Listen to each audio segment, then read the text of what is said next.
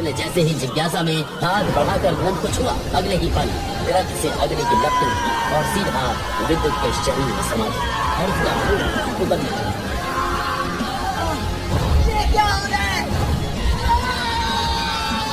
विद्युत अपने कांपते हाथों से अग्नि शक्ति ग्रंथ को खोले हुए था। जली हुई आत्माओं की राख से जन्मी काली शक्तियों की वो पुजारन आज निकली थी शिकार पर। क्यों चाहिए था उसे वो 5000 साल पुराना ग्रंथ जिसकी शक्तियां मिल चुकी थी एक ऐसे अनाथ लड़के को जिसे समझा जाता था आवारा और नाकारा। इन सारे सवालों के जवाब छिपे हैं इस अनसुनी कहानी में। तो आइए सुनते हैं ये अलौकिक गाथा शुरू से और वो भी बिल्कुल मुफ्त। ये कहानी है इंद्रपुरी साम्राज्य की।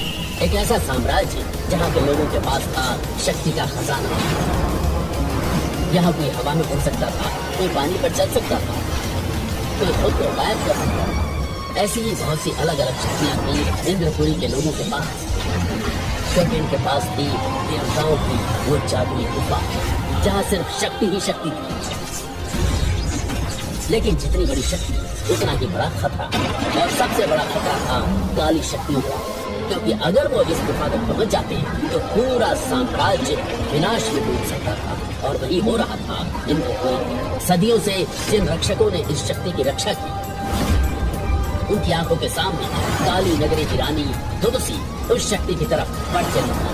लेकिन उसका ये रास्ता आसान नहीं होने वाला था, क्योंकि उसके खिलाफ खड़ा था चिरंजीवियों में से एक योद्धा आचार्य थामा, जो महाभारत काल से उस इंद्रपुरी की रक्षा करते आया था।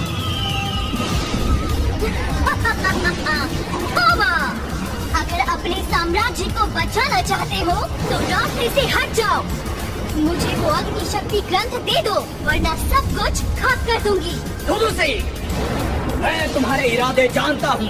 अगर ये ग्रंथ तुम जैसे बुरे लोगों के हाथ लग गया तो इंद्रपुरी ही नहीं पूरी दुनिया खतरे में आ जाएगी और होगा सिर्फ विनाश। ये ग्रंथ मेरी जीवन पूंजी है, इसे मैं सिर्फ अपने वारिस को दूंगा, तुम्हें नहीं। तो तैयार हो जाओ खामा अपनी मौत के लिए, क्योंकि वो ग्रंथ तो मैं आज ले जाकर ही रहूंगी। तभी थामा ने गुस्से में एक विशाल रूप ले लिया और चिल्लाते हुए कहा, ये शक्ति कभी तुम्हारे हाथ नहीं लगेगी। इससे पहले कि मैं अपने संयम को खो दूं, यहाँ से चली जाओ दुदुसी। शुरू हुआ काली शक्ति की रानी दुदुसी और इंद्रपुरी के रक्षक थामा का महायुद्ध। सैकड़ों नरपिशाच थामा पर टूट पड़े